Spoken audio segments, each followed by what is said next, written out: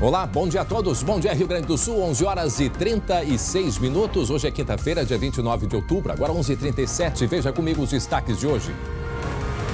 Violência em Porto Alegre. Menino de 13 anos é morto a tiros. Seria ele o alvo da execução? Violência em Caxias do Sul. 21 mortes em outubro. A avó e neto foram mortos numa briga de vizinhos. Qual seria o motivo? Violência no trânsito. Quem pedala está com medo do motorista do Voyage que ataca ciclistas na Orla do Guaíba. Será que ele está de volta? E tudo sobre a vitória colorada na estreia da Copa do Brasil. E hoje ainda tem clássico gaúcho, Grêmio e Juventude na Arena Tricolor. Já os detalhes. O SBT Rio Grande, a sua companhia na hora do almoço já está no ar.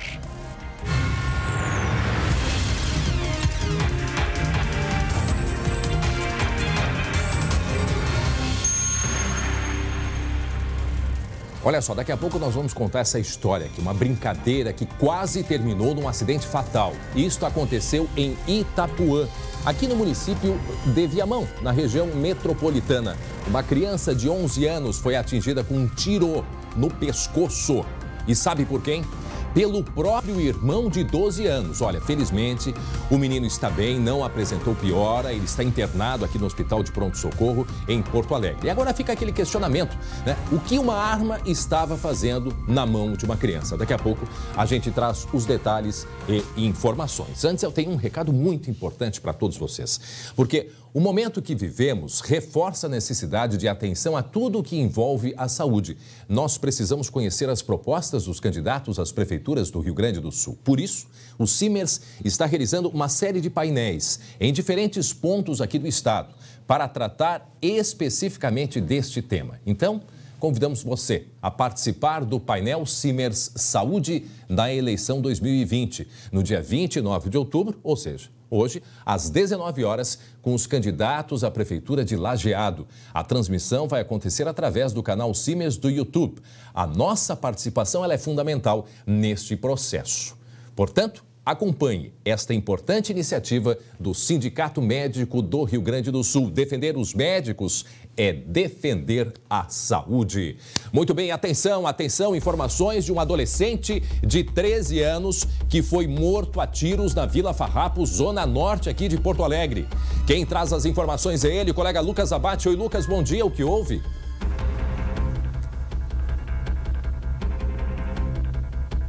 Ontem à noite, final da tarde, início da noite de ontem, esse adolescente... A gente vai restabelecer o contato com o Lucas Abate, ele que vai explicar o que aconteceu, esse menino de 13 anos que foi morto a tiros em Porto Alegre. A pergunta é se ele de fato era o objetivo, né? Ou se ele estava no lugar errado, né? No momento errado. O Lucas Abate já consegue ouvir a gente, já estamos finalizando. Em seguida, portanto, o Lucas Abate traz as informações. Agora sim, Lucas. Pois é, André, o que a polícia está investigando é justamente se tem essa relação do adolescente com o tráfico de drogas e até mesmo se o crime está diretamente ligado ao tráfico de drogas. Mas o adolescente de 13 anos estava na rua, em um beco bem próximo à Avenida Voluntários, Rua Voluntários da Pátria, na zona norte de Porto Alegre, quando foi atingido por disparos no início da noite de ontem, por volta das 7h30 da noite. Daqui a pouco a gente vai conversar com a Brigada Militar, com o comandante daquela região, para buscar mais informações sobre essa ocorrência, mas é um fato que já está sendo investigado pela polícia para ver se de fato tem alguma vinculação com o tráfico de drogas, porque chama bastante atenção um adolescente recém-saído da infância, já vítima de uma violência num contexto do tráfico de drogas, André. Pois é, Lucas, a gente tem acompanhado, inclusive mostrado diversas vezes, nesse mundo onde tem violência, nesse mundo ligado às drogas, muitas crianças e adolescentes se transformam em vítimas. Lembro que aconteceu no início do ano, aqui em Porto Alegre, num beco, e tu acompanhaste esse caso, uma criança, um bebê que estava no colo, inclusive, da mãe, que estava estava no lugar errado, quando também foi morto, né? E isso que a polícia quer descobrir agora, se esse adolescente, apesar da pouca idade, de fato, já estava envolvido nesse contexto da criminalidade, do tráfico de drogas, já estava envolvido com facções, ou se foi, como esse caso do bebê, que estava no local e também na hora errada. Mas, de fato, é uma situação que chama bastante atenção por uma violência. Até recentemente a gente exibiu aqui no SBT Rio Grande, André, uma reportagem mostrando as crianças e adolescentes vítimas de violência. E normalmente nessa idade, até 12, 13 anos, as violências estão muito ligadas ao contexto familiar, né?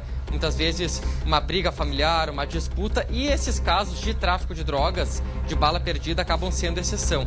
E agora a polícia quer saber se foi de mesmo ele estava já envolvido, ligado a uma facção, de repente estava traficando, tinha algum parente traficante e foi morto por algum tipo de retaliação, ou se o alvo dos bandidos era outro e ele acabou sendo atingido naquela região. E nós sabemos, né, Lucas, que nesse mundo da criminalidade, do tráfico de drogas, muitas crianças são usadas pelos criminosos, por traficantes, e desde cedo. Inclusive, já se ouviu relatos de crianças que almejam justamente, né, poderem liderar, inclusive, né, as crianças acompanhando, né, todo aquele cenário, querem entrar para o mundo e muitas vezes são, né, usados no mundo das drogas. Então é isso que a polícia vai agora tentar identificar. A gente volta em seguida com outras informações. Obrigado, Lucas Abate, 11 horas e 43 minutos. O destaque agora também envolve crianças. Nós vamos até Itapuã, aqui na região metropolitana, conversar com a Gabi Lerina. Itapuã, que fica ali, né, em Viamão,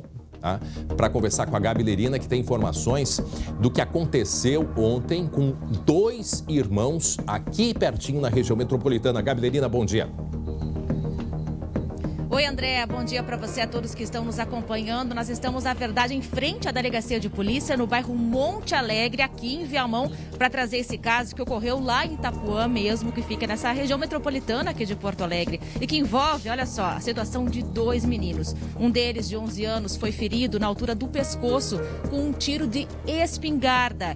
E o disparo, teria sido feito pelo próprio irmão de 12 anos. Os detalhes dessa história, de quem pertence essa arma, esse garotinho que foi baleado, está internado neste momento no hospital de pronto-socorro em Porto Alegre. Todos os detalhes do que aconteceu, logo mais, vou aguardar aqui na frente da delegacia para conversar com a delegada Caroline Jacobs para saber os detalhes dessa história que quase mesmo terminou em tragédia familiar, André.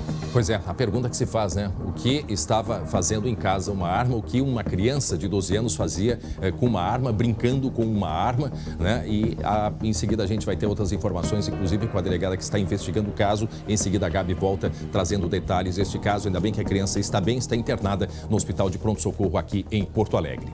E olha só, nós vamos ao rápido intervalo e nós em seguida voltamos com muita informação. Vamos direto até 1 da tarde. Rapidinho a gente já volta. Já estamos de volta com o SBT Rio Grande, agora 11 horas e 51 minutos e atenção, Caxias do Sul está em alerta máximo. Preste atenção neste número, somente agora, no mês de outubro, 21 mortes violentas na cidade de Caxias do Sul, na Serra. Teve até briga de vizinhos com morte. Avó e neto foram mortos com pauladas, facadas e tiros a queima-roupa. 21 crimes, 21 pessoas morreram somente no mês de outubro em Caxias do Sul.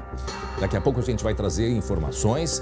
Nós há pouquinho tempo mostramos aqui no SBT Rio Grande de um enfrentamento que teve a Brigada Militar com criminosos que estavam num carro que justamente já estavam indo em direção a Caxias para entrar em confronto com grupos rivais. Houve uma troca de tiros, pelo menos 6 homens morreram neste ataque junto com a polícia. Isso aconteceu cerca de 15, 20 dias atrás. Quer dizer, o que está acontecendo na região de Caxias do Sul? Dias atrás também falamos aqui a respeito dessa violência muito ligada ao tráfico de drogas da região da Serra Gaúcha. Em seguida, a gente traz os detalhes. E atenção, irmão que atirou em irmão. Uma criança de 11 anos foi atingida por um tiro, foi disparado pelo irmão de apenas 12 anos de idade.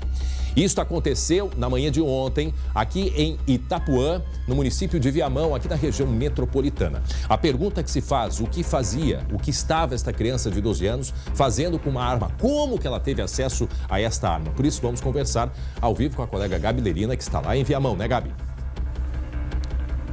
Isso sim, André, a gente está aqui, como eu já disse, no bairro Monte Alegre, em frente à delegacia de polícia em Viamão, para tentar entender o que aconteceu nesse caso entre dois irmãos. O irmão de 11 anos que ficou ferido, levou um tiro na altura do pescoço e a arma, o disparo teria sido feito através de uma espingarda pelo irmão de 12 anos. Quem está conosco, a delegada Caroline Jacobs. Delegada, o que se apurou até agora para a senhora? O caso está resolvido? O que aconteceu nesse caso que envolve esses irmãos de 11 e 12 anos? Bom dia para a senhora. Bom dia. Na verdade, a gente teve uma arma que existia na residência sem registro, né, de posse do pai. Estava guardada na residência, o pai não estava trabalhando e as crianças estavam na residência. Um deles pegou a arma e efetuou um disparo que atingiu o irmão. Eles teriam discutido o que aconteceu, o que eles contaram, o que os pais relataram. O pai veio até aqui, a arma foi recolhida. O que aconteceu depois disso? Sim, a arma foi recolhida, vai passar por perícia. O pai foi autuado, né, pela posse irregular da arma de fogo, era uma espingarda. E a arma estava na residência, né, ao alcance, nesse momento, das crianças. Ao alcance das crianças, isso é bastante grave, né? A gente está apurando a omissão do pai também na cautela dessa arma. André, está nos acompanhando, a delegada está com fone de ouvido, se você tiver algum questionamento, pode fazer. Olá, delegada, bom dia. Delegada, a senhora já chegou a conversar com os pais, o que ele explicou até este momento e se a senhora puder nos detalhar como que foi como que está a criança principalmente, sabemos que está estável, ou seja, não agravou, mas ela está bem de saúde, como é que ela está? Sim, a criança está estável, está bem de saúde, não agravou. E aí ele disse, o pai declarou que tinha a arma na propriedade para segurança, mas não era uma arma registrada. O que pode acontecer com ele, então? A senhora disse que ele vai ser autuado, foi autuado, né, delegado? Sim, ele foi autuado pela posse irregular e também estamos concluindo o inquérito e pode ser iniciado na omissão de cautela da arma. Mas eu faço uma ressalva, né, que essa arma era uma arma não registrada. Diferente de quando a pessoa compra uma arma, registra, passa por uma prova psicológica, tem instruções, né, de manuseio, sabe como manusear, orientação de onde guardar. Essa arma ela está apreendida e está aqui na delegacia? Não, ela está apreendida e vai ser encaminhada para a perícia ainda hoje. O Glauco quer fazer uma pergunta. Essa situação que ocorreu lá em Itapuã. Agora é Glauco Pazzi que vai lhe fazer a pergunta, delegada. Delegada, bom dia. A gente não teve essa resposta explícita, mas tudo leva a crer que eles podiam estar brincando, né? Dentro de casa, os dois ali viram a arma, começaram a manusear e aí aconteceu quase essa tragédia, né? O que a senhora recomenda nesses casos? Até em casos em que a arma é registrada, né? Quais são os cuidados extras? O que deve fazer o proprietário para evitar o contato? Então, bom dia. Na verdade, a arma ela deve ser sempre guardada fora do alcance de crianças, né? Porque a criança não tem o preparo, nem a consciência de como lidar com uma arma de fogo, né? Um instrumento letal. Ao contrário do que aconteceu nessa residência, infelizmente, a arma estava ao alcance das crianças, não estava municiada e foi municiada pela criança. Isso que eu ia lhe perguntar, se a arma não estava carregada, então, não estava municiada. Não, a arma no momento, né, segundo os depoimentos que a gente colheu, as declarações, ela não estava municiada, mas mesmo assim a criança teve também acesso às munições, né, e municiou a arma e efetuou o disparo. Mas, delegada, isso... A mãe dessas crianças, eles têm mãe, né? Estava na casa, o que ela também foi ouvida? Foi, a mãe foi ouvida, né? Ela estava nas proximidades, mas não estava ali presente no momento, né? No cômodo, no local do disparo. Ou seja, as crianças estavam sozinhas nesse exato momento. Para dar tempo de fazer tudo isso, eles ficaram por um bom tempo sozinhos, os dois. Bem provavelmente. Na verdade, as crianças estavam assistindo televisão no momento, né? Estavam ali se relacionando e de repente, né? Um menino foi até o local onde estava a arma, pegou, municiou e acabou efetuando o disparo. Diga, André. Eu queria saber da delegada aqui. Tudo indica, então, que essa criança já teve contato com a arma, porque uma criança vai encontrar a primeira vez, vai saber como colocar, né, a munição dentro da arma. Isso dá a entender que ela já teve acesso em outras oportunidades. Então, todos esses detalhes a gente está esclarecendo ainda, né, nas oitivas das testemunhas, dos familiares de quem tinha contato, quem tinha relação, né, na casa, frequentava a casa, para que a gente possa esclarecer realmente esses fatos e essa situação. O André, por óbvio, as crianças devem estar bastante assustadas, né? Quem fala? Quem está chamando? É o Glauco. Não, é o Glauco? Justamente sobre isso, cara. Fale, Glauco. Por quê? Porque 2 crianças estavam no ambiente. E a delegada certamente precisou ouvir aquela que disparou. Como é que funciona para a delegada? Como é que faz para ouvir uma criança nessa situação, hein? Do aspecto prático. Então, na verdade, a pessoa que disparou, ela não é uma criança, né? Ela já é considerada adolescente, porque já tem os 12 anos completos. Então, a gente tem todo um procedimento, né, mais cuidadoso. E o adolescente, na verdade, ele é um adolescente, é ouvido na companhia da mãe, de um responsável. É assim que a gente procede nesses casos em que o adolescente não é vítima nem testemunha, né? Ele é o autor do disparo. Tudo indica, então, que foi um disparo acidental. A gente ainda está apurando os detalhes. Tá certo. Certo. Obrigada, delegada, pela sua entrevista aqui conosco. Obrigado, André Gabi. Rapp, Obrigado, delegado. Obrigado, Gabi Lerina. Portanto, fica aí o alerta aos pais e quem tem arma em casa, né, ainda não regularizou. Importante, procure a polícia para regularizar e principalmente buscar orientações se você tem criança em casa. Veja o que aconteceu ontem lá em Itapuã, em Viamão. Aí mostramos um menino de 12 anos brincando. Acertou na criança, no irmão de 11 anos de idade. Muito bem, agora meio-dia em ponto e atenção. Um adolescente de 13 anos foi morto a tiros na Vila Farrapos, na zona norte aqui de Porto Alegre. Quem traz as informações é ele, Lucas Abate, a polícia investigando se essa criança, ela foi vítima disso tudo, né? Certamente foi mesmo estando no lugar errado, na hora errada, ou mesmo ela sendo parte integrante, né, do próprio grupo criminoso. Infelizmente, nós sabemos da participação de muitas crianças no mundo do crime, não é mesmo, Lucas? Pois é, André, aquele cenário típico de execução. O criminoso chega até o local, vê a vítima, já se dirige diretamente a ela e executa a vítima. E agora que a Polícia Civil está investigando e quer saber se essa vítima, de fato, estava envolvida diretamente com o tráfico de drogas, se era uma pessoa, de repente, filho, sobrinho, alguém relacionado a algum traficante, algum desafeto da região, ou se foi uma vítima totalmente aleatória. Claro, é a Polícia Civil que vai investigar, mas a gente vai conversar agora com a Brigada Militar, comandante da companhia que atende a região da Vila Farrapos, capitão Cristiano Lima, que pode nos dar mais informações sobre a circunstância dessa ocorrência, capitão. De que forma que chegou ao conhecimento de vocês e o que era o cenário que foi encontrado no local lá na Vila Farrapos na noite passada. Boa tarde. Boa tarde a todos. Boa tarde. Foi uma ocorrência que foi gerada via 190, que havia um indivíduo baleado na via pública, né? De imediato as guarnições deslocaram até o local, chegando lá na Vila Farrapos, né, se depararam com essa situação aí, um indivíduo, um adolescente, né, que já tinha sido baleado por diversos disparos de arma calibre 9mm, né, que os estojos estavam no local.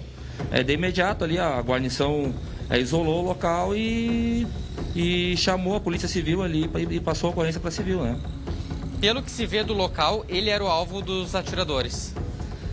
Não posso te afirmar isso aí, porque o nosso setor de inteligência também investigou logo em seguida, e esse adolescente ele não tem nenhum envolvimento, né, com o tráfico, por enquanto. A gente nessa preliminar aí não foi constatado nenhuma vinculação dele com o tráfico de drogas, nem da mãe e nem do padrasto. Então eu não posso te afirmar se realmente tinha ou não, né, uma relação com o tráfico.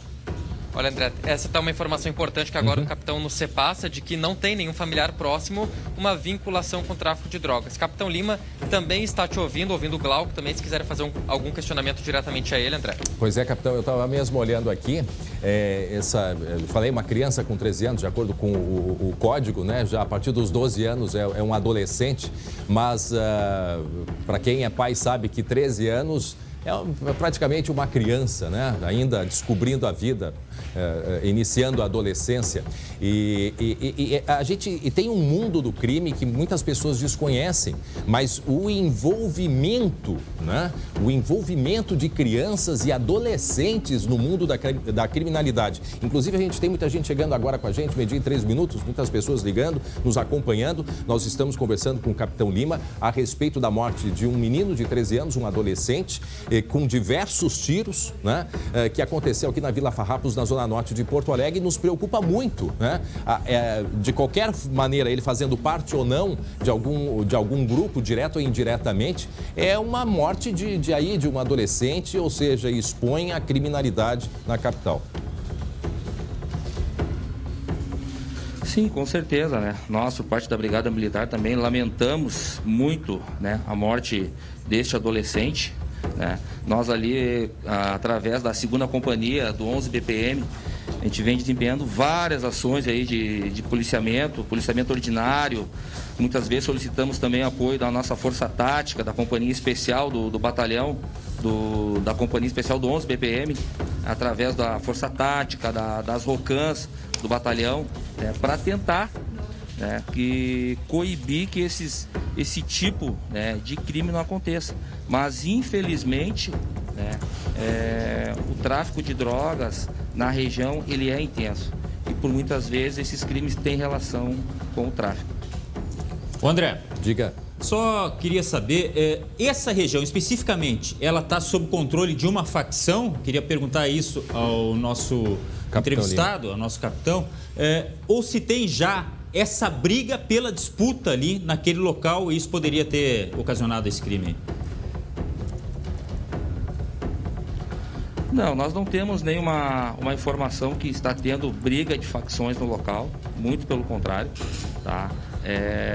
A Brigada Militar ela está diurnamente no local, seja através do policiamento ordinário ou do nosso patrulhamento ali com as nossas forças táticas e ROCAN.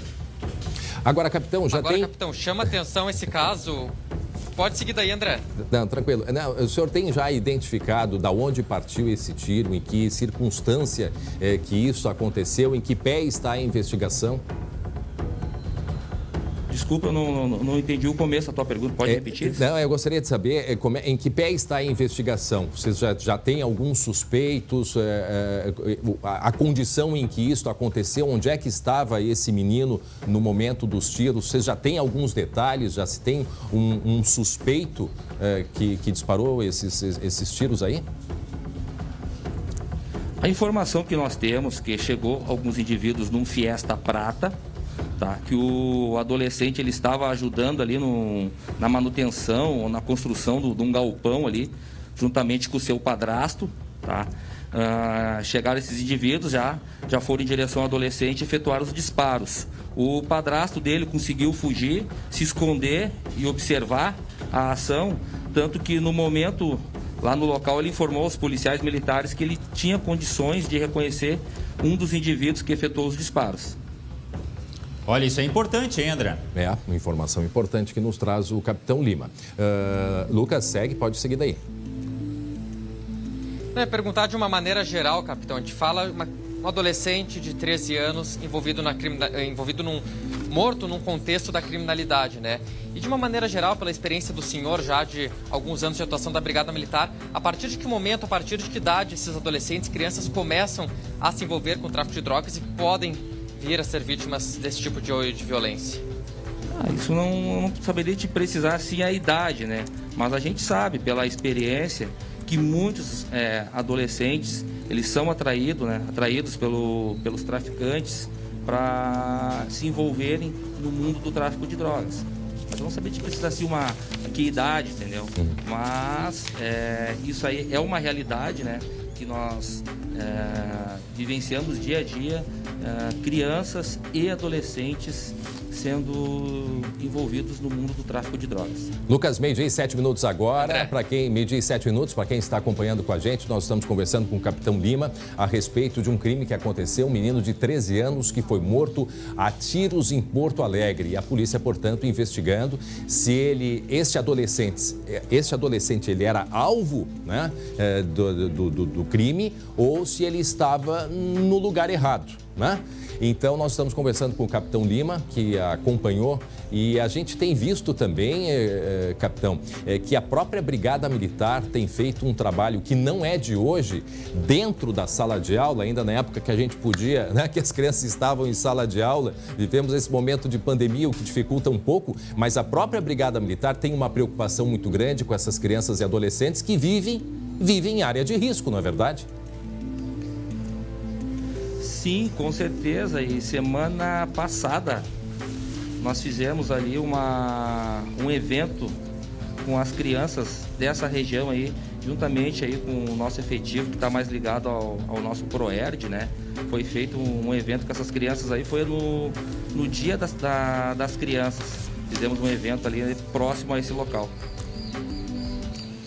Esse é o trabalho. Até porque, né, André, a criança normalmente tem o exemplo e muitas vezes a gente mostra aqui os traficantes com carro de luxo, mansão de luxo, muitas vezes traficantes que eram daquela região e a criança vê aquilo, às vezes como exemplo. Até é importante a Brigada Militar mostrar também o outro lado, dar um exemplo de que tem como crescer, sair daquele contexto de criminalidade sem se envolver com tráfico de drogas. Lucas e André, a gente está acostumado a ver situações em que menores de idade são utilizados como olheiros, né? São os vigilantes, são aqueles que ficam monitorando. E aí, isso que o André estava falando, a estratificação do mundo do crime ou do submundo do crime faz com que estes menores de idade almejem chegar no comando, porque é status, é dinheiro, né? Reconhecimento pela facção, se for o caso. E isso é muito perigoso, né, capitão? Sim, com certeza. Infelizmente, isso aí acaba atraindo, né, esses jovens, crianças, adolescentes, né? E nós, por parte da Brigada Militar, através do nosso PROERD, a gente atua na prevenção, né? Tentando mostrar o outro lado para essas crianças e adolescentes aí. Pois é, capitão, e aí uma dúvida que eu faço, uma dúvida que eu tenho, como é que a criança e o adolescente respondem a esse trabalho feito pela polícia? Olha, respondem muito bem. Eles adoram quando o policial chega para dar aula. São feitas diversas interações, né, do policial que está ministrando essa aula juntamente com essas crianças. O retorno é muito grande para nós.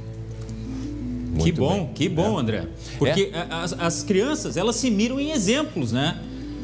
Por exemplo, com perdão da redundância, isso que aconteceu lá em Viamão, as crianças viram certamente o pai municiando a arma, né? Tendo bons exemplos em casa, as crianças vão seguir os bons exemplos. E aí entra o papel da Brigada Militar, já que a família, às vezes, é desestruturada, infelizmente. E até para mudar a própria imagem da Brigada Militar perante essas crianças, porque eles devem ter exemplos de que o policial não é, né, para o mundo do crime. Né? Exatamente, que para o mundo do crime, o policial né, é uma pessoa que é contra, né? Então isso é passado também para a criança, na verdade, capitão, para a gente encerrar.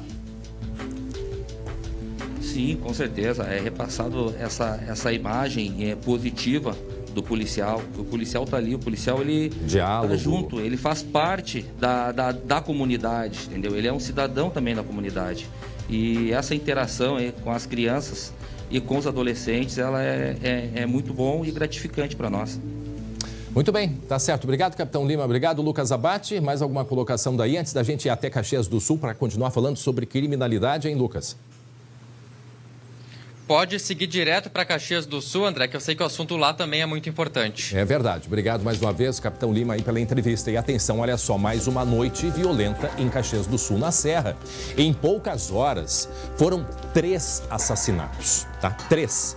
E a cidade já soma aí 91 crimes contra a vida. 21 somente no mês de outubro. 21 assassinatos. O mais violento aconteceu agora recentemente. Nós vamos até a Serra. Nós vamos ao vivo até Caxias do Sul, conversar com o colega Guilherme Fadanelli, que, aliás, Guilherme, um dos nossos assuntos aqui nos últimos tempos era justamente sobre a violência que vem acontecendo aí na Serra e em Caxias do Sul. Boa tarde, Guilherme Fadanelli. Boa tarde, André. Pois é, olha, segundo o delegado de homicídios aqui da cidade, esse mês de outubro é o mais violento desde 2016 aqui na cidade. A gente já falou ontem de alguns casos, ontem à noite, mais 3 mortes aqui na cidade. Vou começar falando por um caso, André, que foi resultado de uma briga de vizinhos. Isso resultou a morte de 2 pessoas, uma briga de vizinhos. Esse duplo homicídio ocorreu por volta das 7 horas da noite de ontem no loteamento Parque dos Pinhais, que é uma localidade que fica próxima ao limite com o município de São Marcos. De acordo com testemunhas, esses vizinhos já vinham brigando há um bom tempo e se provocando, André, até que ontem, de acordo com testemunhas, né, uma das vítimas, deixa eu até procurar aqui, o Bruno Santos Provenza, de 18 anos, André, ele estava subindo a rua de casa até que o vizinho chegou, viu ele subindo na rua e aí começou a provocar, jogar o carro para cima dele.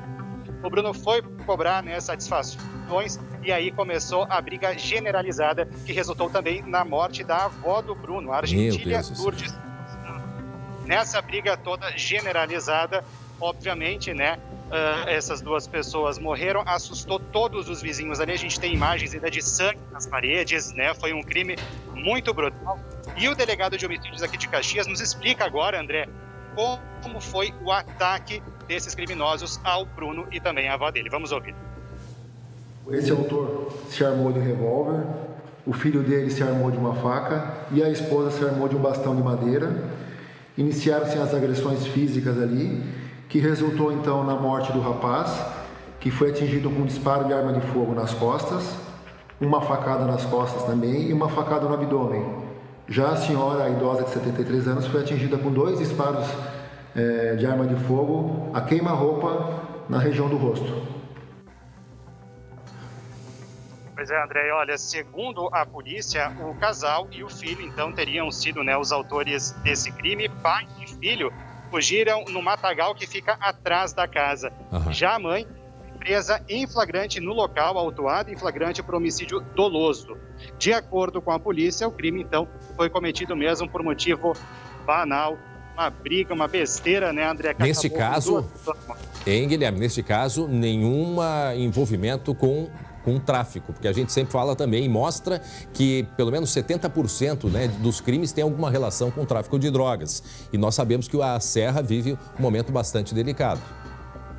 Nesse caso não, André, foi realmente uma briga entre essas famílias, nenhum deles a princípio tinha antecedentes e na verdade a polícia falou que já, né, como prendeu a mulher, já sabe então a identidade do filho e do marido. E deu um prazo para eles se apresentarem, André, aqui na delegacia com as armas utilizadas no crime.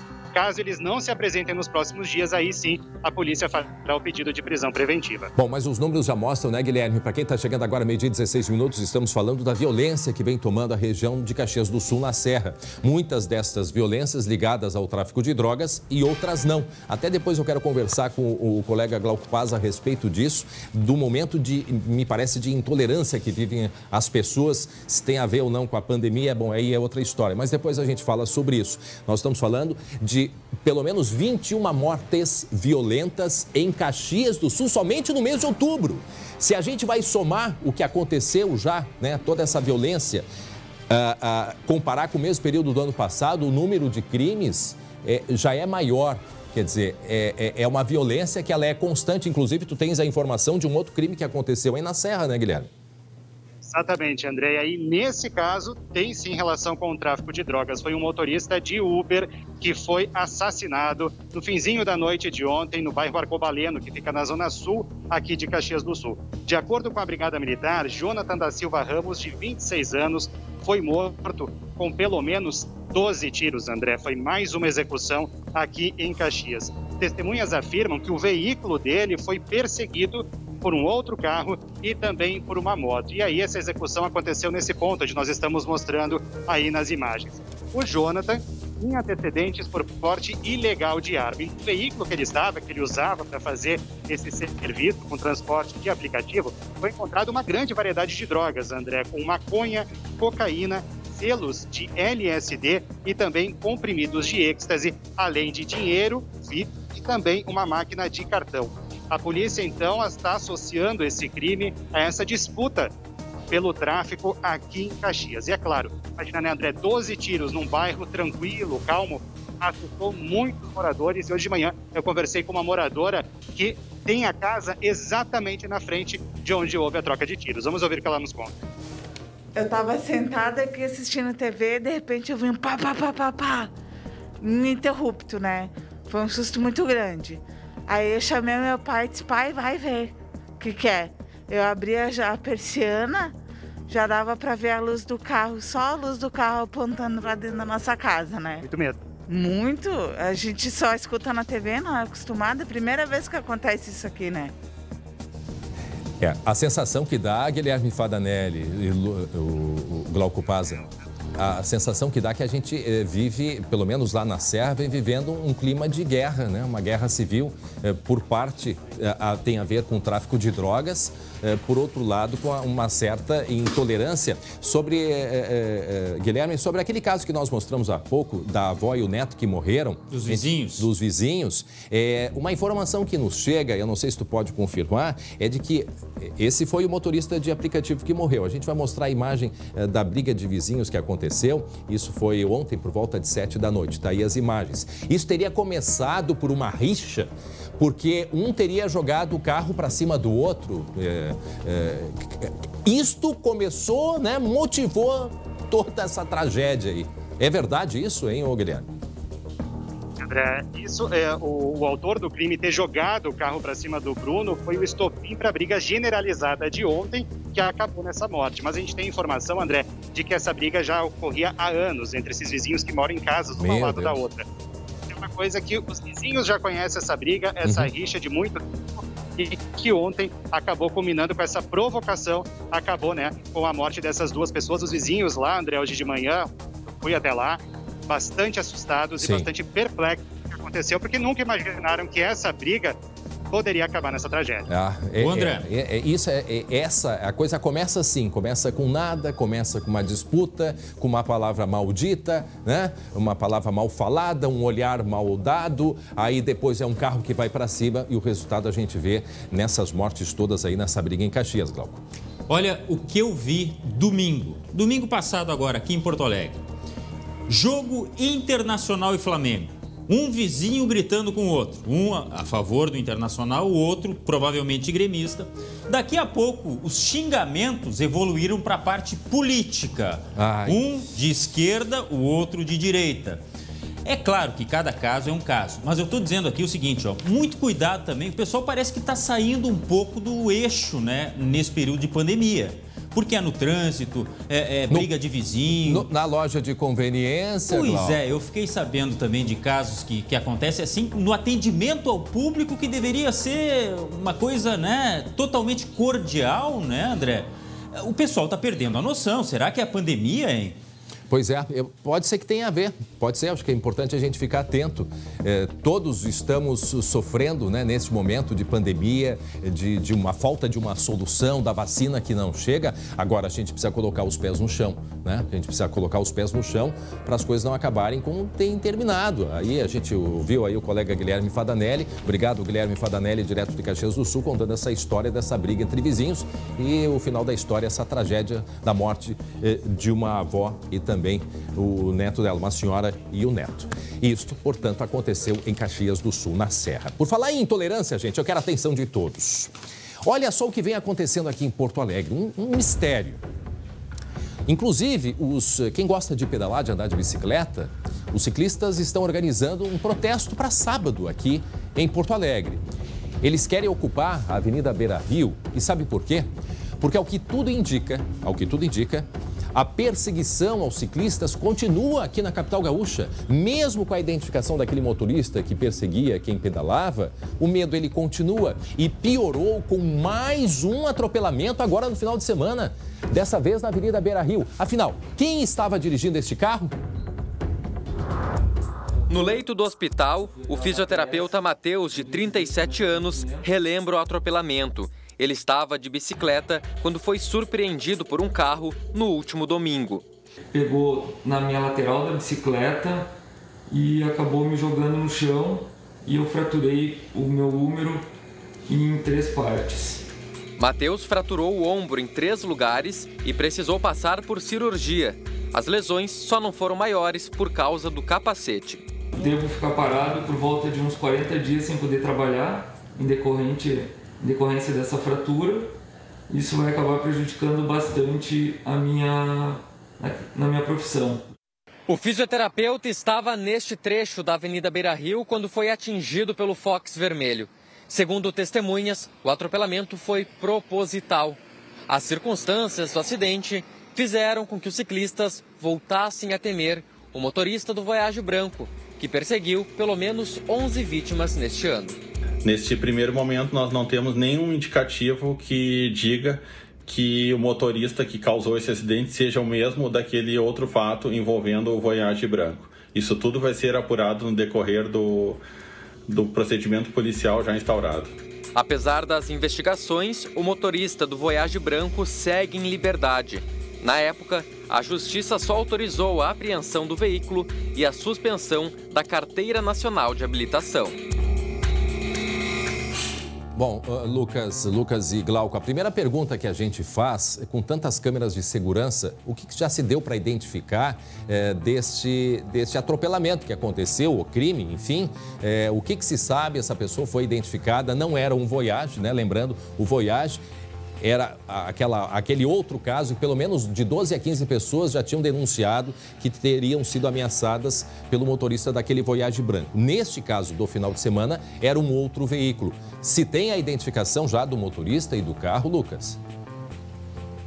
Era um Fox vermelho, André, isso conforme o relato de testemunhas. Com relação à identificação, a investigação que está sendo conduzida pela Delegacia de Trânsito afirma que ainda busca algumas imagens daquela região para tentar identificar o carro, a placa e também o condutor desse veículo. Por enquanto, não se tem informações quem é o condutor, já que logo depois do atropelamento ele fugiu do local sem prestar qualquer tipo de socorro. Mas agora é importante lembrar que testemunhas, é uma região movimentada, ainda mais um domingo pela manhã, testemunhas afirmaram à polícia que não foi um acidente, foi um atropelamento provocado, proposital por esse motorista, que ele deliberadamente tocou o carro em direção ao ciclista. Então, é um caso que pode ser tratado, está sendo tratado como lesão corporal e não como um acidente comum de trânsito. E o que a polícia quer entender, claro, além de identificar o motorista, entender a motivação, a circunstância, é saber também se pode ser alguém envolvido ao motorista do Voyage branco, se é, de repente, alguém que viu esse mau exemplo do motorista e resolveu também perseguir ciclistas, ou se é outra pessoa com qual outro tipo de problema que também está querendo atacar ciclistas. Mas, de fato, é algo que está provocando bastante medo nos ciclistas, principalmente aqueles de alta performance que andam por fora da ciclovia, andam na pista da direita, que acabam sendo mais alvos desses motoristas. Para quem está acompanhando a gente a partir de agora, bem-vindo, meio-dia 26 minutos, conversamos aqui, eu, Lucas Abate e Glauco Paza, sobre um atropelamento que aconteceu agora no final de semana aqui em Porto Alegre, ali na beira do Guaíba. Tá aí o rapaz, um fisioterapeuta, ficou gravemente ferido, né? Teve um problema aí no ombro, no braço, vai ter que ficar 40 dias sem poder trabalhar. Poderia ter sido muito pior, sim, poderia ter sido. E a grande preocupação é quem é que provocou este acidente, vamos chamar assim, né? Quem provocou este atropelamento. Tempos atrás nós mostramos o caso do Voyage branco, cujo motorista foi identificado, tá aí o carro, foi identificado. De 12 a 15 ciclistas já tinham reclamado de terem sido ameaçados por ele. E aí esse caso segue em investigação. E agora aparece um outro veículo, um carro vermelho, um Fox, com as mesmas características, né? O modo de operação, ou seja, jogar o carro por cima dos ciclistas. Essa pessoa do final de semana do carro vermelho parou para prestar socorro, Lucas? Não, fugiu do local. Logo na sequência ele atropelou, não fez qualquer tipo de menção de parar, de prestar socorro ou de pelo menos pedir desculpa pela situação. Simplesmente acertou o ciclista e imediatamente fugiu do local. É bom lembrar, André, que no caso do Voyage Branco não teve uma situação tão grave quanto essa. Foram algumas ameaças, um ciclista que foi atingido também, mas não se feriu com tanta gravidade. E até a polícia identificou e pediu, na época, a prisão preventiva desse motorista para tentar estancar, parar com essa situação e até servir como um exemplo para que outras pessoas não atacassem. Mas na época a justiça entendeu que a prisão não era necessária, apenas o recolhimento do veículo. E agora é um outro caso que pode ou não estar relacionado e que já no primeiro relato que se tem desse motorista do Fox Vermelho já teve uma situação de bastante gravidade, que o ciclista só não teve ferimentos maiores, piores, por causa do capacete que protegeu uma batida mais forte na cabeça. E ninguém conseguiu identificar esse motorista, Lucas? O agora do final de semana do carro vermelho? Apenas identificaram o modelo e a cor do veículo, que é esse Fox Vermelho. Placa, ninguém conseguiu identificar. As imagens de câmera estão sendo analisadas, porque eu imagino também que na hora todo mundo foi prestar imediatamente socorro ao ciclista e acabaram não se atentando à placa do veículo. Mas é algo que, claro, a polícia está em cima, a gente acredita que pela quantidade de câmeras que tem na região, cercamento eletrônico, outras testemunhas, esse carro pode ser rapidamente identificado. Agora, eu estava pensando aqui, Glauco e Lucas, a respeito dessa identificação do motorista. Tá? Porque daqui a pouco olharam e não enxergaram. E por que eu vou falar depois. Pode seguir com a tua pergunta, Glauco. Ah, pela cor do vidro. Mais ou menos eu imaginei. Não, eu fiquei cheio de perguntas porque, poxa, é uma região monitorada. Eu acredito que alguma daquelas câmeras tenha pego a placa. Outra coisa, pode ser a placa nova, né? Então, realmente difícil de ver e guardar a placa, né? A gente, no pânico ali, não está muito preocupado, às vezes, em guardar, e até pela velocidade que o carro atingiu. Agora, eu fico perguntando se não fosse o capacete, hein? E quem fez isso escolhe qual é a vítima que ele vai fazer? E se fosse uma criança? Porque tem gente de todas as idades andando de bicicleta no local extremamente movimentado. 2020 está muito estranho. Não, e essa questão aí, se confirmar que foi uma agressão, né, do motorista do carro, isso se encaixa naquilo que a gente conversava há pouco, do momento de intolerância que a gente vem vivendo. E é bom a gente falar sobre isso, não deixa de ser um certo desabafo, né? Porque nós estamos vivendo, sim, um momento de intolerância, me parece que até mais agravado pela questão da pandemia, explica, mas não justifica. Mas o que a gente vê, pelo amor de Deus, numa cidade, Porto Alegre, onde nós temos aí locais específicos para andar de bicicleta, se alguém vê alguém fora da linha, quer dizer, chegar ao ponto de jogar o carro por cima, quer dizer, a que ponto que nós estamos em colocar em risco a vida de uma pessoa de qualquer jeito, não preocupado com a vida do outro e nem com a sua própria vida, quer dizer, a pessoa não sabe das consequências que vai ter dali para frente. E daqui a pouco não identificaram, Glauco, exatamente por isso, porque hoje a gente vê muitas pessoas, né, passando no trânsito, desrespeitando o trânsito, tu vai olhar, tu não enxerga, porque eles estão com aquele filme fora da regulamentação e a gente não enxerga para dentro do carro o que está acontecendo. E para não deixar passar batido, tá? Que a gente já comentou nesse assunto, André, rapidinho aqui, sobre a loja. É que o nosso colega André foi vítima de uma hostilidade sem tamanho, uma loja, enfim.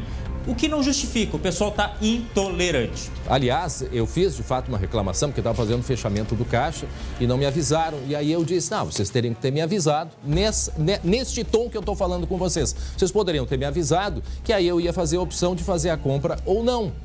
E aí eu ouvi coisas que eu, com os meus 50 anos de idade, eu não ouvi. Ofensas me chamando de velho para cima, não é nem para baixo. Não é só o Glauco. Mas assim, isto, uma loja de conveniência, um funcionário que mesmo que, né, o cliente sempre tem razão, olha, foi assim, lamentável. E é isso, a gente vê a intolerância aí por todos os lados. Voltamos a esse assunto, vamos continuar acompanhando. Obrigado, Lucas Abate. E atenção, Glauco, me ajuda aqui. Uma grande operação aconteceu hoje de manhã em todo o Rio Grande do Sul. E olha só, o ramo que a criminalidade foi buscar sustentação. Já vamos explicar, vocês já vão entender. Uma quadrilha que cometia crimes no campo para capitalizar o tráfico de drogas. Como que a polícia chegou até esta quadrilha e, pelo que me parece, mais de 20 pessoas já foram presas, não é mesmo, Glauco? Isso mesmo. O enredo é longo. Vamos lá, parte por parte para tentar entender. A investigação começou após o roubo a uma fazenda em Dom Pedrito, no ano de 2019. As vítimas foram amarradas e torturadas. Depois dessa, aconteceu uma série de outras oportunidades de roubo que eles acabaram consolidando esse mesmo grupo, esses mesmos ladrões. Um detento do presídio de Bagé, que organizava esses roubos e a venda de entorpecentes, foi identificado como um dos responsáveis. Além disso, um dos investigados usa tornozeleira eletrônica e também é investigado por participação em vários homicídios na Zona Norte aqui de Porto Alegre. Foram identificados ainda gerentes do tráfico em algumas cidades da campanha, sendo que 2 deles atuam em Pinheiro Machado, ou seja, a coisa já está virando estadual, né? Por isso a operação tão grande, tá? Um traficante, que é considerado o braço direito do detento, esse de Bagé, e a própria namorada do preso também estão incluídos em todo este escopo, assim, digamos, da organização. Foi descoberto que o grupo usa parte do dinheiro em investimentos e no depósito de contas bancárias em nome de laranjas, uma movimentação financeira de 39 contas. E agora o número que mais chama atenção. Atenção, se prepare. Só isso, tá? Eu lembro que ontem o Glauco perguntou para o nosso delegado, nosso entrevistado ontem, o delegado, a respeito daquela operação em Canoas, aquele empréstimo, o pessoal emprestava dinheiro e depois... E aí chegou a perguntar qual era o valor que movimentava, ele não sabia dizer naquele momento, mas o dinheiro é o que move todo o negócio. E, inclusive, neste caso que nós estamos falando, tinha até um funcionário de um banco que lidava com toda a grana, com todo o dinheiro. Que é quanto, Glauco? Pois é fortuna, na verdade, não é só grana. 5.500.000 em um ano, tá? Somente em um ano.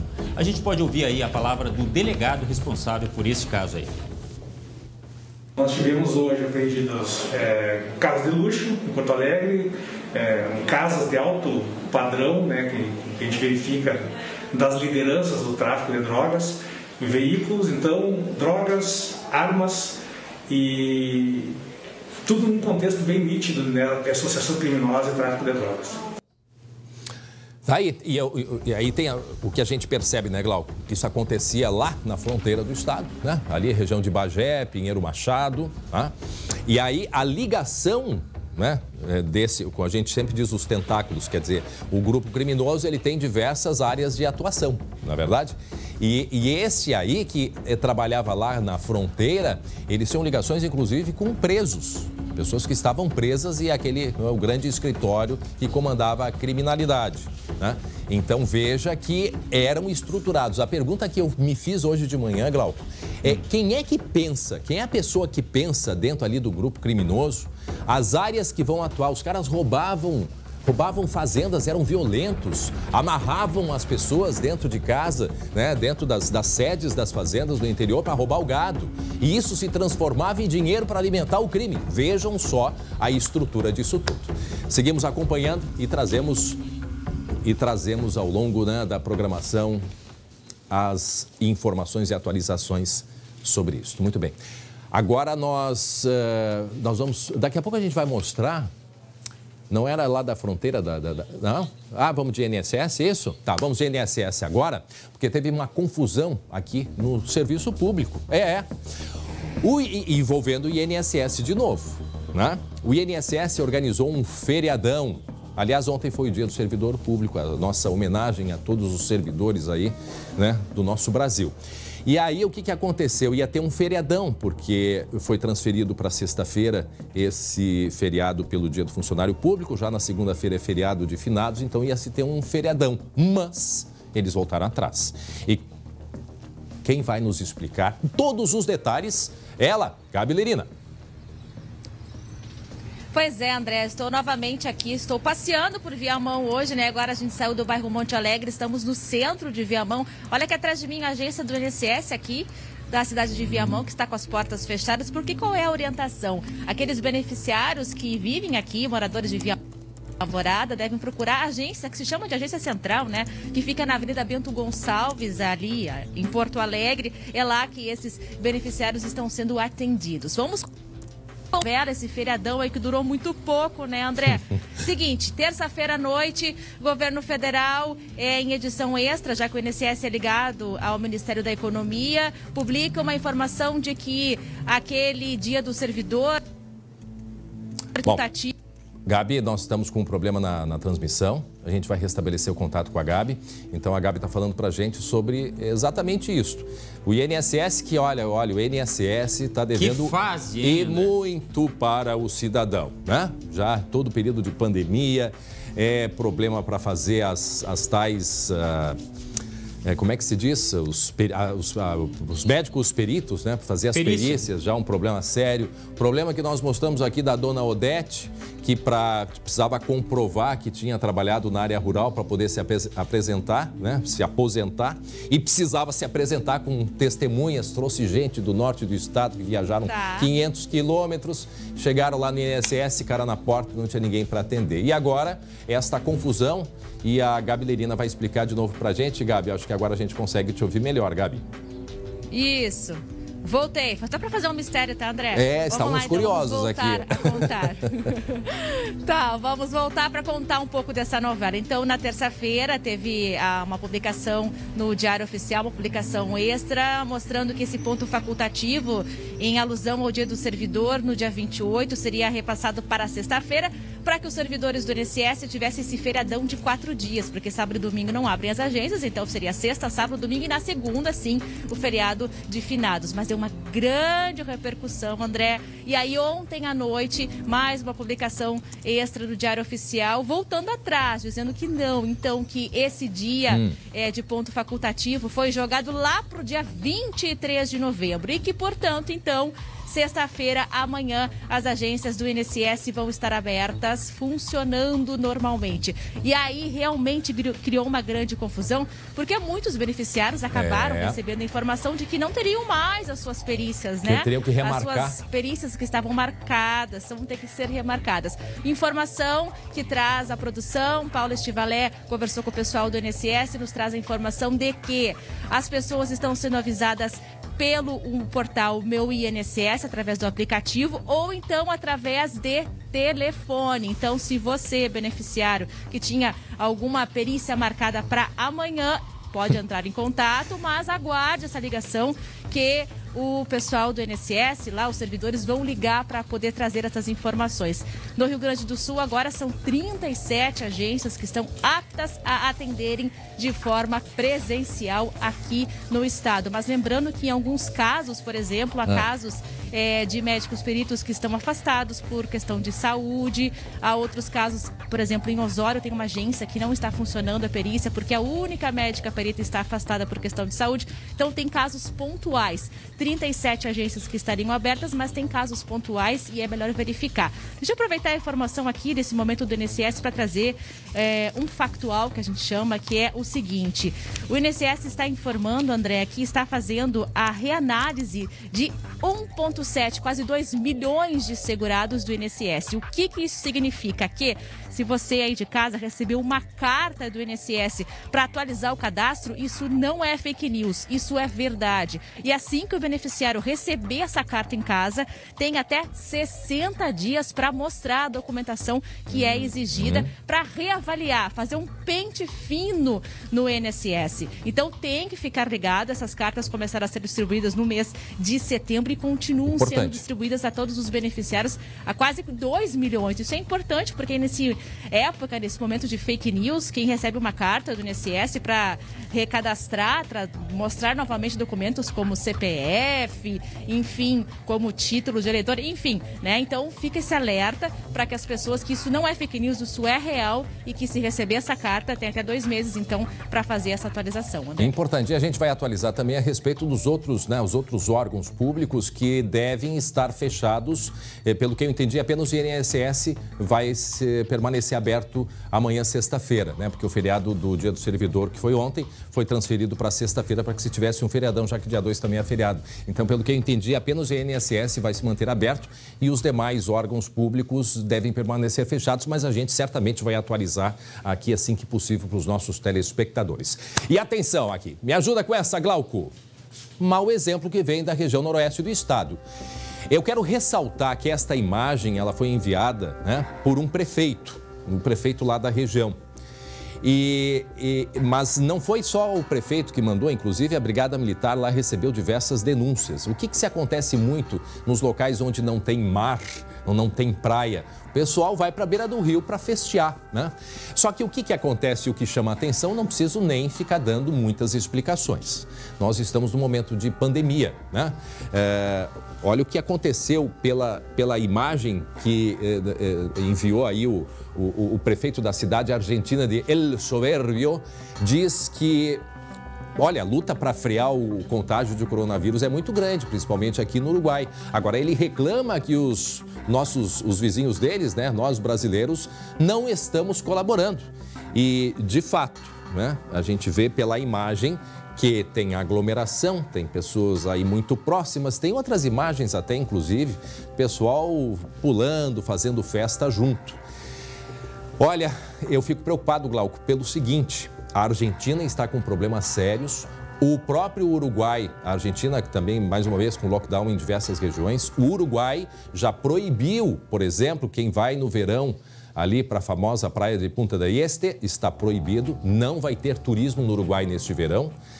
A França decretou lockdown por causa da segunda onda e ontem o presidente, o Macron, disse que a segunda onda está sendo mais violenta que a primeira.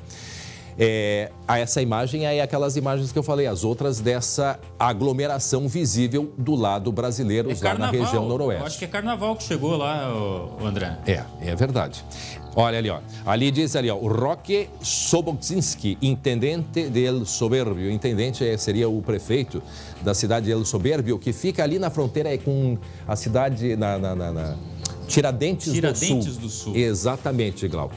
Tu tem todos os detalhes disso, né, Glauco? Pois é, eu acho que esse pessoal pensa que a água é benta e com isso elimina toda a possibilidade de vírus. O fato é que não se sabe exatamente se foi no final de semana, o que chama a atenção que estava bastante calor, tanto que as pessoas estão aí, ó, dentro d'água, né? Este intendente, que seria o prefeito, ele resumiu dizendo o seguinte: os hermanos estão rabiosos conosco, estão com raiva da gente, né? As imagens falam por si, a aglomeração na prainha de Cascalho, em Tiradentes do Sul, no noroeste do estado. Você está vendo jet ski, carros enfileirados, barracas, uma verdadeira farofada. Isso é Rio Uruguai, né? Isso, exatamente. De acordo com o jornal Missiones Online, só havia brasileiros, tá? Uma vez que os argentinos estão impedidos de circular pela praia. E só reforçando, quem mandou o vídeo foi o prefeito da cidade argentina. É, no mínimo, estranho isso aí. Né? Volta um pouquinho ali a imagem. Estão me avisando que teve até briga nessa festa com morte. Volta só um pouquinho ali. Eu vi um rapaz ali que ele... Veja só o que é o perigo dos rios. A gente vai voltar um pouquinho. Presta atenção nessa pessoa que está nesse jet ski branco, esse moço aí, ó. Volta mais um pouco. Vê o que é o perigo dos rios, que a gente chama a atenção, Glauco. Porque a pessoa está caminhando e de repente cai num buraco. Né? Isso aqui a gente conseguiu flagrar, pode largar a imagem. Ele tá ali se divertindo e foi para dentro d'água. Ó o perigo, ó o perigo quando a gente fala dos buracos. E não deve ter álcool também aí, né? Olha, pois é, aí o perigo redobra, não é verdade? Hein? Se não triplica, quadriplica. Pois é, e aí então, ó, vejam que o pessoal põe as tais barraquinhas, tem um outro nome que se dá, agora me fugiu. Tá aí essas barracas. O local é muito agradável, né? Dentro d'água, Rio Uruguai. São gazebos, gazebos. Muito obrigado. Olha aí, a aglomeração continua e esta é a preocupação, principalmente o Uruguai, que está fazendo um controle que até esse momento dá para se dizer que foi um sucesso no controle ao coronavírus. E tem controle na fronteira, André. Ali em Rivera, agora, o exército está ali. Neste momento. Exatamente. Então essa é a preocupação, porque está ali na fronteira, está ali pertinho e a gente conseguiu até agora aqui no estado, né, Glauco? Apesar apesar de, infelizmente, das mais aí de 5 mil mortes aqui no Rio Grande do Sul, que a gente lamenta muito, mas comparado com outros estados, o Rio Grande do Sul ainda consegue, né, se manter num nível em melhores condições que outros estados. Agora, a conscientização, aquilo que a gente sempre diz, né? A conscientização é extremamente importante nesse momento aí. Porque é famílias, é pessoal com cadeira de praia, todo mundo junto, aglomerado. Não, o local é espetacular, isso aí é pertinho, certamente é perto ali de um dos locais que eu considero mais bonitos, que eu fui conhecer no mês de março, logo depois eles fecharam, que é uma pedra que tem lá perto de Miraguaí, eu vou trazer ainda a imagem porque é espetacular. É bem pertinho daí. Esse local foi interditado pela prefeitura. Informação. Essa decisão de Tiradentes do Sul. Isso, exatamente. De Tiradentes do Sul. Porque ali há uma boa relação também entre os prefeitos e intendentes. E aí, bom, o prefeito que vê isso não tomar uma medida, certamente, né? Então, quer dizer, foi interditado, se comprova que houve ali, portanto, esta aglomeração. E isso teria sido no final de semana, de acordo com o intendente lá de El Soberbio. Muito bem, 12h47. Gente, tá na hora de quê? Tá na hora de quê? Acertou? Esporte.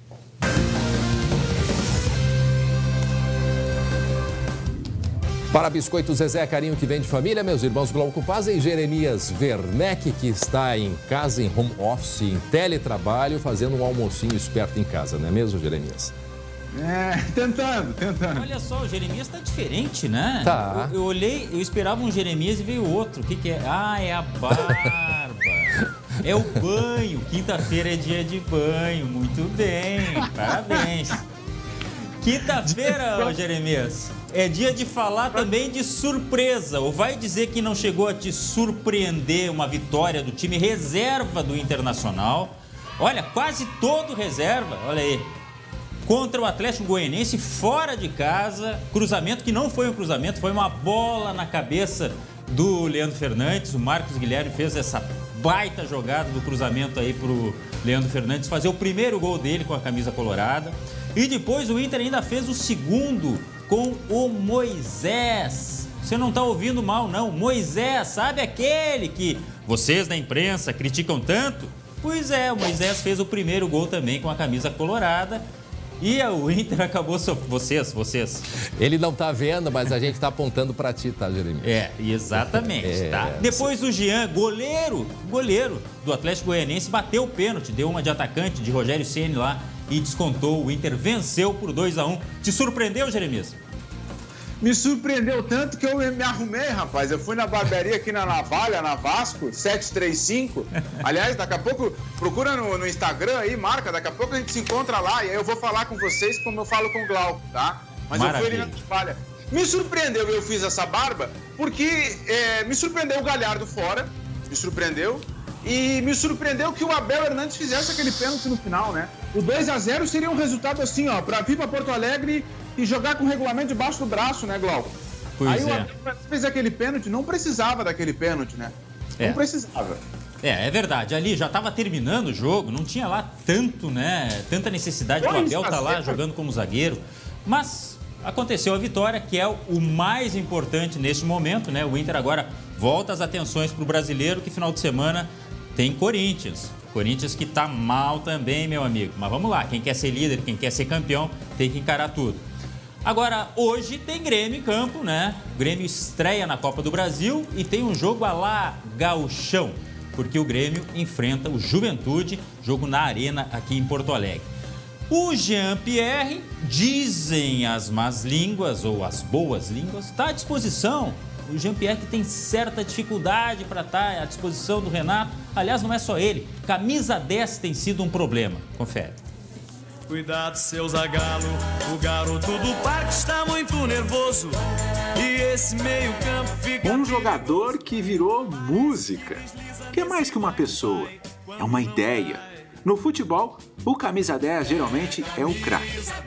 Geralmente. Camisa 10 na seleção. Sim, porque no Grêmio a lista de 10 dos últimos anos não tem nada demais. Depois de Douglas, o maestro lá de 2016, pelo menos 4 jogadores usaram um número mágico.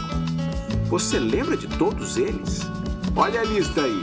Tem até o Lagata Fernandes. A 10, verde e amarela, não tem polêmica, não tem nenhuma dúvida. Ela é histórica, ela é pesadíssima. No Grêmio, o atual 10 joga com outro número, mas é digno desse papel de centro do time. O problema é que a camisa dele está pendurada no cabide, porque simplesmente não joga. Jean-Pierre tem menos de 15 jogos na temporada, mas o cartaz é enorme. O Jean-Pierre é um diamante do clube, realmente é um jogador extra classe. É bom lembrar que Jean-Pierre abriu esse ano se recuperando de lesão. Depois, teve outra. Aí o pai dele contraiu Covid-19. Veio outra lesão, Covid-19 no próprio Jean. Infelizmente o Jean-Pierre vem tendo alguns problemas de lesão, teve o problema da Covid e a gente não tem aquele meia que a gente quer. O Grêmio anunciou que o meia atacante vai fazer reforço muscular por 2 semanas. A torcida só quer que o tempo passe logo, para não ficar presa nesse meme de internet aí.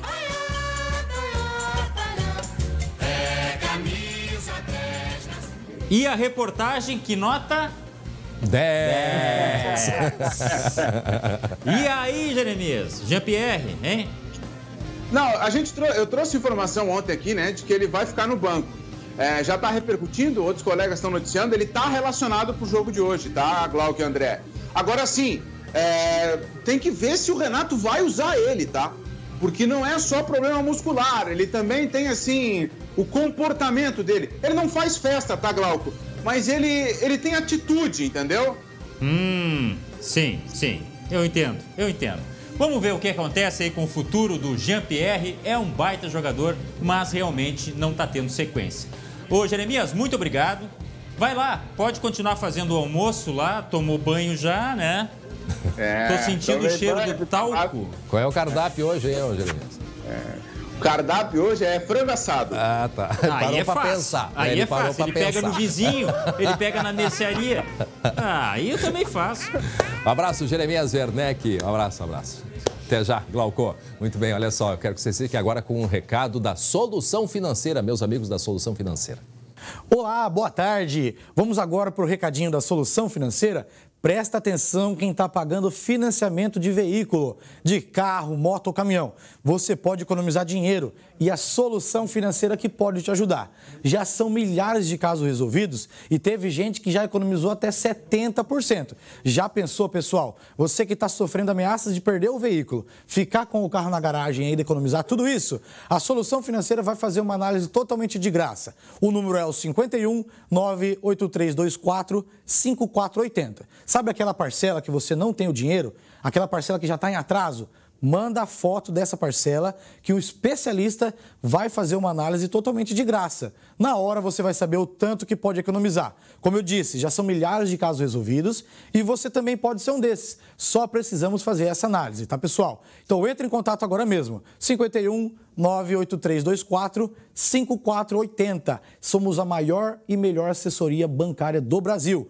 Tamo junto, André. Tamo junto, grande abraço. Gente, agora vamos falar da previsão do tempo.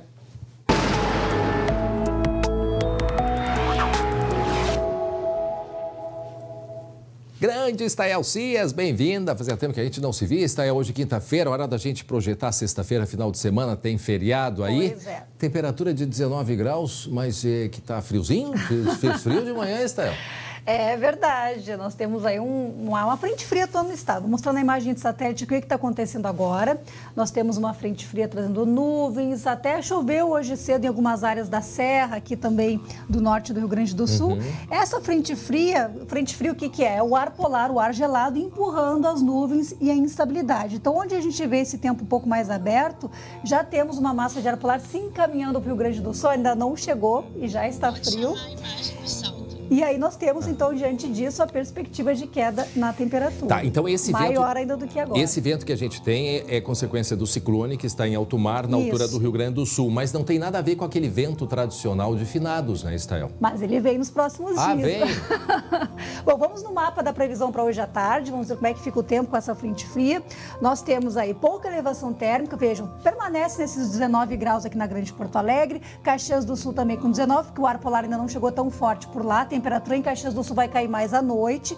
Tem nuvens, tem possibilidade de chuva. Santa Rosa com 23 graus. Santa Maria com 21. Uruguaiana, o tempo já melhorando, o tempo mais aberto com 22 graus. E Pelotas, muita umidade, muita nebulosidade e possibilidade de chuva. Aí nós teremos nos próximos dias uma arte aqui mostrando o que está chegando. Esse azulão aqui da imagem é justamente o ar polar tomando conta. E vejam que ele vai longe. Como tem feriado, alguém pode querer viajar, vai refrescar, inclusive em São Paulo, sul de Minas Gerais, esse ar polar ele vem e toma conta aqui do sul do Brasil.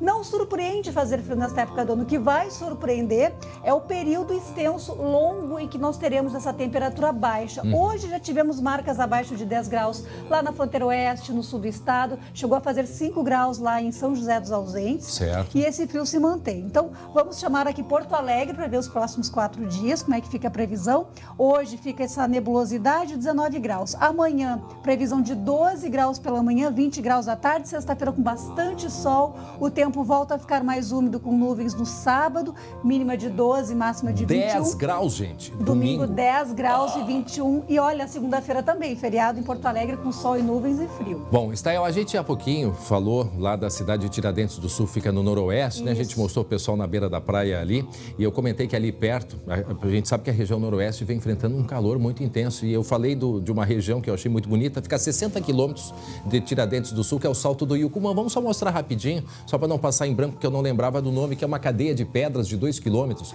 Eu fiz essas imagens aí e esse é o Rio Uruguai. Essa é a divisa aí Brasil-Argentina. Mas essa região aí, por que eu estou mostrando? Porque eu tinha falado há pouco, mas é uma região que vem sofrendo muito com a seca, Estael. E para esse feriadão, o que a gente tem de indicação para essa região noroeste do estado aí? Pois é, vou chamar Santa Rosa, então. A gente tem a tabela de temperatura e de previsão para os próximos 4 dias. Não vai fazer tanto calor, a previsão é de refrescar. Vejam, a perspectiva para amanhã é tempo ensolarado, o tempo vai firmar por lá, temperatura mínima de 11, máxima de 23. Não vai estar tão convidativo, não, para a praia de Água Doce, não. Previsão de 13 graus e 22 no sábado. Atenção, sábado pode ter chuva forte e temporais na região de Santa Rosa. E aí, de domingo para segunda-feira, vai secar e tempo firme. Caxias do Sul, frio em todo o período, alerta para o sábado, com risco também de temporais, até mesmo com granizo.